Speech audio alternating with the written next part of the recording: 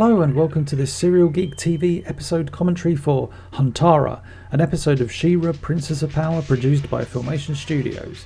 There are numerous reasons why I chose this episode as my first She-Ra commentary, because it's one of my favourites and it's packed with fascinating facts and trivia. Firstly, as I do with all these commentaries, I'll talk about my initial memories of the show I'm watching.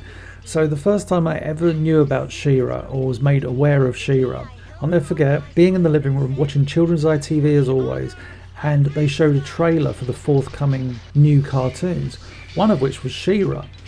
And the very specific shot they showed was Adora at Castle Grayskull as the transformation is happening from the stock sequence. And my first thought, and I can still remember as clear as day, my first thought was, oh, they've made He-Man a girl. That was literally the first thing I thought. It really threw me. I didn't understand what was going on because there was Castle Grayskull, but it wasn't Prince Adam, it wasn't He-Man, it was a woman. And much like He-Man, we in the UK got the show a few weeks before America. However, America received the first 5 episodes of She-Ra into the theory of Beast Island, She-Ra Unchained, Reunions and Battle for Bright Moon. We skipped those and got Duel at Devlin, so we didn't even get a proper origin of what was going on. We just tuned in at 4:20 on Monday, and there we were, now watching She-Ra instead of He-Man.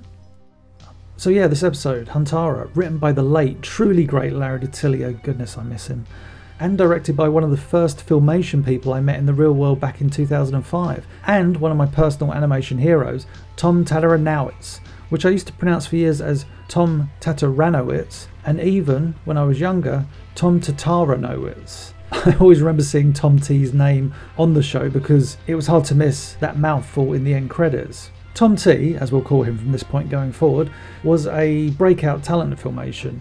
In the future on this very channel I will explain why. For now, during this episode, I'll just point out all the cool things that he did. And here we see Hordak flanked by Shadow Weaver. And if you look here in this panning shot, notice the body language of the Horde villains. Rather than just simply having stock poses for the characters, Tom T would do his best to try and make the characters look more real in their poses.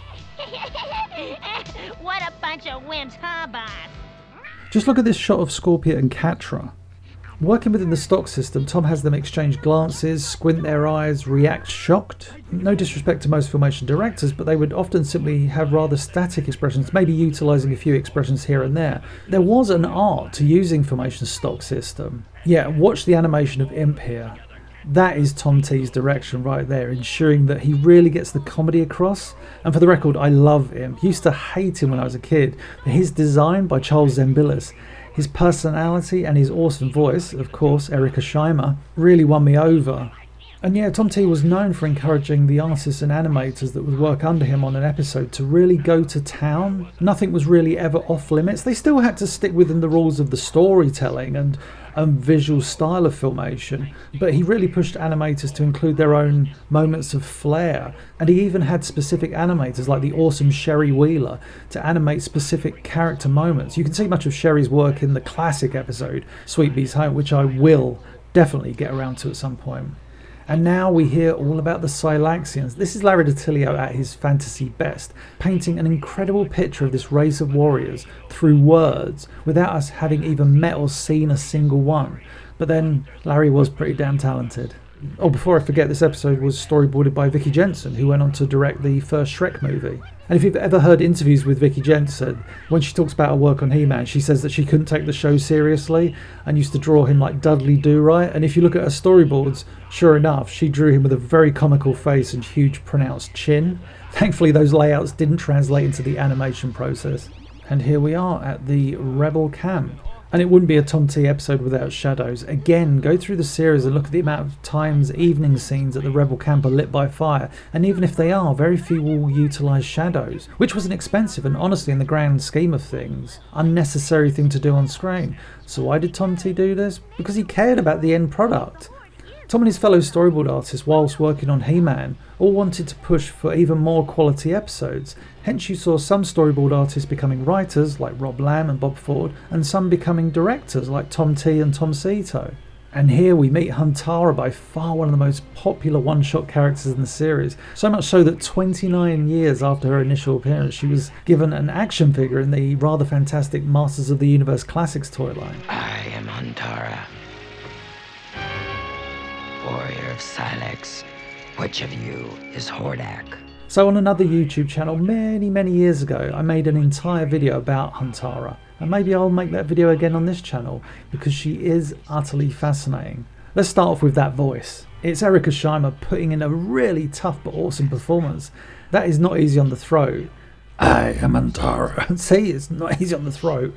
Her design is unique as well. Not only does she not resemble any other female in the Filmation series, but she sports a mohawk, has tattoos, and dare I say has one of the most physically realistic bodies in the series, in that she is athletic, something which the animators have great fun with later in the episode. So yeah, Huntara, when I first gained access to all the He-Man and She-Ra scripts, I went through them with a fine-tooth comb. Is that still an expression? Anyway, one of the first things I noticed on the cast page was that Larry DiTillio described Huntara as an ebony-skinned warrior woman. When I first found out that fact, I made sure to let the He-Man and She-Ra community know as best I could. And why was she originally going to have brown skin? Well, Larry DiTillio references a certain individual in his awesome script, Grace Jones. Now, some of you may be too young to know who Grace Jones is. Let's just say that in the 80s, she was one of the most visually striking humans on the planet, a woman with a ridiculous presence, ahead of the game when it came to her presentation, both as a person and in the pop culture she was a part of. So yeah, one of Grace Jones' most famous movie roles was in Conan the Destroyer, opposite Arnold Schwarzenegger, as Zula. And it's this appearance that inspired Huntara's look. So when Larry DiTillio on the page said Grace Jones, the artists went by that and literally Grace Jones from Conan the Destroyer, creating this character for the Filmation series. And the question is, of course, why was her skin changed to purple? Well, it all comes down to this. If you're Grace Jones or one of her representatives, and you are made aware that the likeness of Grace Jones is being used in a very popular cartoon watched by millions around the world, that's where legal issues can present themselves. So in order to play it safe and present Huntara as a true alien being, she was simply given purple skin. I spoke to Tom T a few years back and presented him with a bunch of ebony-skinned Huntara colourings that I did, and he chose one. Maybe I'll post it on this channel at some point because it's pretty much the closest to the original presentation of the character that we'll ever see. Back to the episode. So, Huntara has now been presented with pretty convincing evidence that She-Ra is a baddie, so I think we're right to assume that a confrontation is going to take place down the line. So yeah, the false video footage contains sequences from Battle for Bright Moon, Duel at Devlin, and The Peril of Whispering Woods. Huntara is such a badass throughout this episode, and I love that Hordak runs after her like some sort of obedient pet. We're actually going to get a pretty cool action scene coming up. Watch the animation of the flutter plane here, so cool. This was a vehicle that was originally planned for the Princess of Power toy line but never came to pass. Boo. Not to be too harsh on Filmation, but we rarely saw fast-paced air battles in the series, yet here, Tom T and the animators he assembled deliver the goods with much animation on ones and some lovely special effects. Filmation were easily one of the best studios in the 1980s when it came to in-camera special effects. I don't know who that is, but they won't get me so easily. Look at the speed of that. I love the chase. They pull a few animation tricks here and there, but for the most part, you get a sense that this is actually a battle over the skies of Etheria. The colours on Huntara's ship there remind me of the colours used on Horde Prime's ship in a Christmas special. Huh. Even this animation coming up of Glimmer regaining consciousness, the movement, the dishevelled hair, it's all very Tom T. And this next shot, this somewhat iconic shot of Huntara is so awesome. Storyboarded by Vicky Jensen, but expertly illustrated in that final shot by Ellen Woodbury. It's an extreme angle, but fantastic with the character lit from behind, so imposing. Here's one thing Tom T did. Sometimes you'll notice in episodes of He-Man and She-Ra when two stock sequences are used, their eyes may not match up, resulting in characters not looking at one another. Tom would always do his best to have the characters' eyes matching regardless of the angle of the stock. Another director, Bob Arkwright, would do the same in his episodes too. There's an interesting thing about this episode to note, and you really notice it in this scene. Aside from the brief appearances of Imp and Cowl earlier in the episode, none of the cutesy characters are around. Normally in a scene at the Rebel camp we'd see Cowl, Madame Raz and Broom, maybe a few Twiggets, with some funny business going on. My guess is that Larry DiTillio, who was always more than happy to feature some of the sillier characters in his scripts, felt that this particular episode needed to retain a certain feel, as any scenes with Madame Raz and Broom, for example, would ruin the mood of a tense scene. That shot of Adora and Bo is superb. Bo is ever so slightly off model, and I think that's what makes it work. If you ever hear me talk about on and off model, I'm referring to the animation model sheets created for each character. The job of the animator was to remain on model. If they veered too far off model, the animation was often redone. That said, the off model looks of the characters would often be caught and sometimes called out during the layout stage, in which the artist would look at the storyboard and visualize how the shot should play out under the camera. And yes, Huntara has now delivered her threat, and what a threat it is. We need She-Ra right away. Interesting to see a He-Man transition there with the Evergreen Forest racing past. And here we are at, my goodness, it's been a while, Scorpion Hill, I believe? If you happen to be watching this, Alex Hawkey, leave a comment to let me know if I'm right or wrong. This shot of Catra and Scorpia, I've seen this shot online used as a very poor example of Filmation's limitations. Someone posted this a while back saying all the cast looked the same in the original She-Ra cartoon, not realising that She-Ra and He-Man had some of the most notable character designers in the industry. For example, Scorpia and Catra were designed by Dale Hendrickson. After this video, look him up, see what else he's done. So now go back and pause that shot of Catra and Scorpia. Catra has a more pronounced chin and nose. Her cheekbones and angles are pointed. Her eyes are more human-like. Scorpia's design is different, with a square jaw, pointed nose with a flatter face, and her eyes, they're just the stuff of legend. They actually arch upwards, and her eyelashes and eyebrows, seriously, if you look at these faces and think they're the same, then you don't really understand the very basics of animation design. You can say, oh well, modern animation sees characters with numerous designs. Yes, but they're all exaggerated. In this show, all the human-looking characters have human features. I've never been the biggest fan of the She-Ra transformation. Love the special effects because Filmation, as I said, did it better than most. But I always feel that it should have been faster paced. And initially it was supposed to be a much faster transformation. The idea was that the pixie dust that comes down from the sword begins to get faster and faster until it almost becomes tornado-like and immediately explodes, turning Adora into She-Ra, rather than what I feel that stock sequence when Adora is transforming into She-Ra in front of Castle Grayskull slows down the pace of what should be a very fast-paced sequence. And now we have She-Ra meeting Huntara. I am Huntara. Oh, it's an act break. Not now. Hordak was right. As evil as you are, you still come to help a friend. Notice during this conversation that every time it cuts back to She-Ra, her expression changes slightly. She goes from approachable with her eyebrows raised, trying to find a solution, to some frustration where she's not really reaching the middle ground, to then sheer annoyance bordering on anger. It's so good. Love the expression of Huntara here.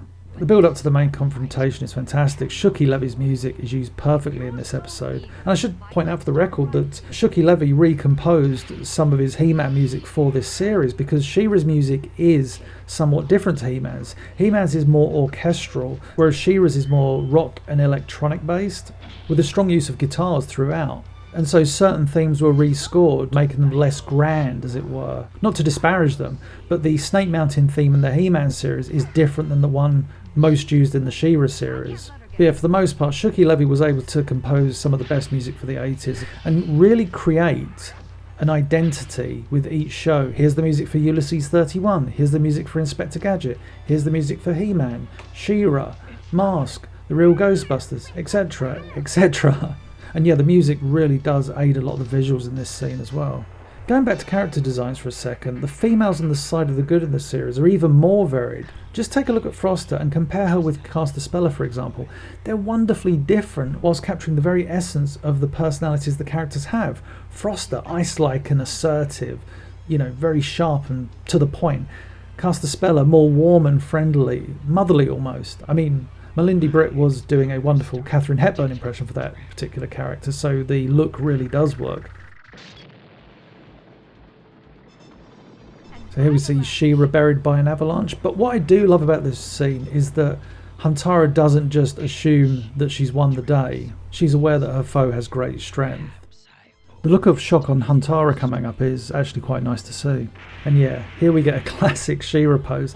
And Melindy Britt, she really did define that character so beautifully. I think that's largely in part to her She-Ra voice being such a natural sounding voice, even though it was Melindy lowering her range somewhat. If you've ever met Melindy or seen her in interviews, her natural voice is that of Adora's. I do love her voice work in the series, especially Mermister, who has the best line in a Christmas special. She's gone again. But where? There she is. And it looks like she's got another little ambush planned. But this time, I'll surprise her. And it's great to see She-Ra outwitted in certain scenes like here, instantly falling into a trap.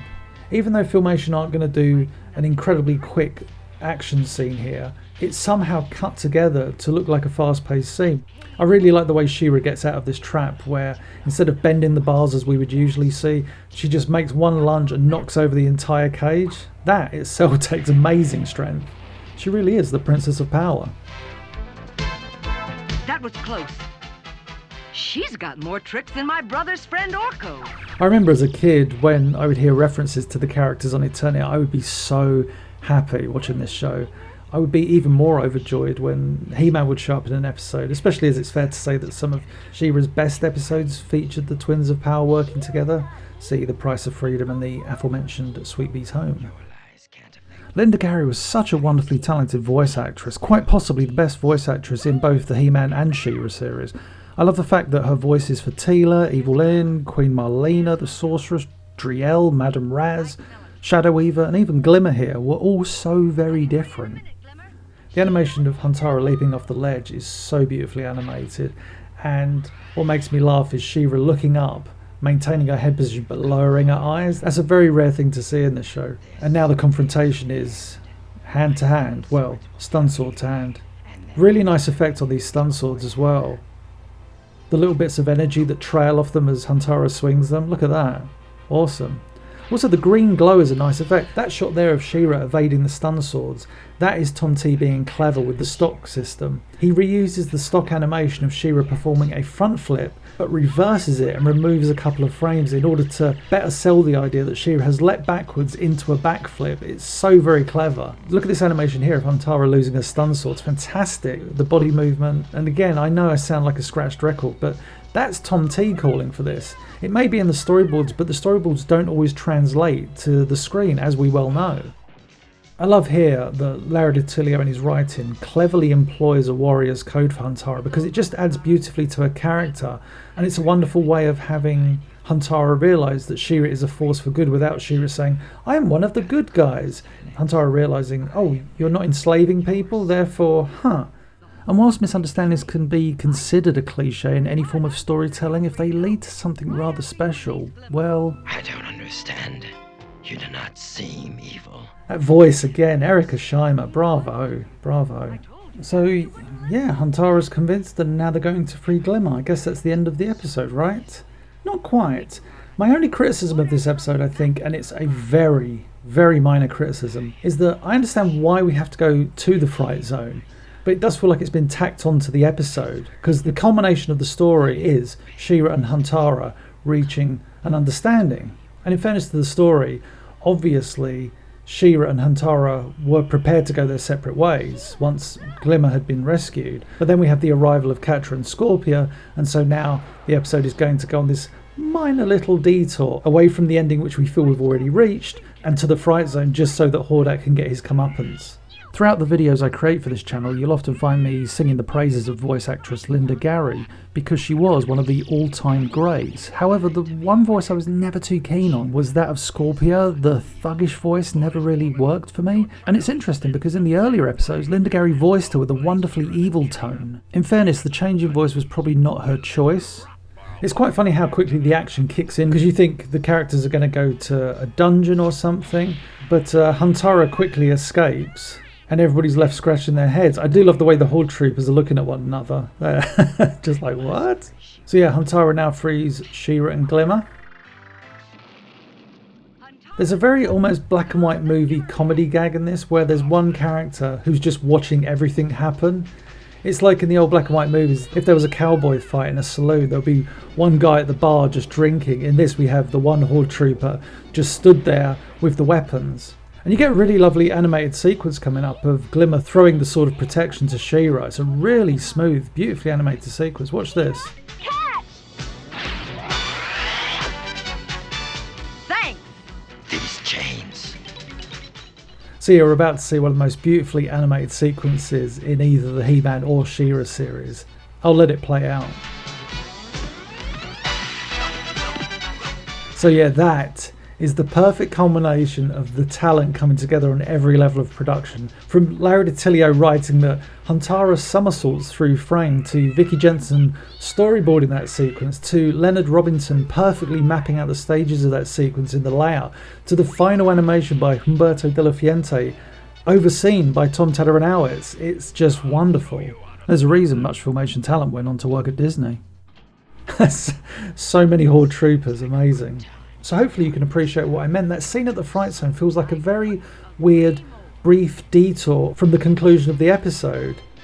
So yeah, Huntara was due to come back. When I first met Tom T in 2005, he mentioned the Silaxian Wars. It was an episode written by Bob Ford, storyboarded by Don Manuel, and directed by Tom T himself. The three Filmation staff members wanted to see how much war-based stock footage they could get away with in an episode. The story featured a love interest for Huntara as she and her race fought back against a vast Horde invasion. I've seen the completed storyboard. Sadly, not all of the episode was storyboarded, and it would have been incredible to behold. Just pure war for at least the first few minutes of the episode, or longer. The shots of Huntara using her stun swords to slice open armies of Horde troopers, with close-ups of sweat running from her brow whilst her powerful male love interest is exploding Horde troopers with an oversized gun, would have certainly made for an interesting episode. I'm not entirely sure what Lucky would have said in that moral segment. Actually, I could just imagine the Silaxia Wars coming to an end with a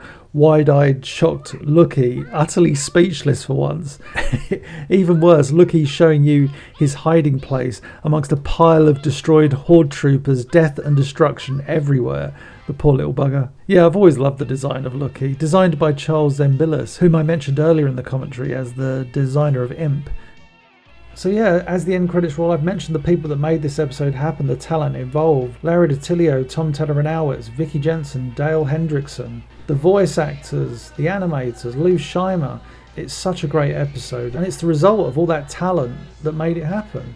And that's the end of the commentary, folks. If you enjoyed it, please like, share and subscribe, and I'll catch you on the next one.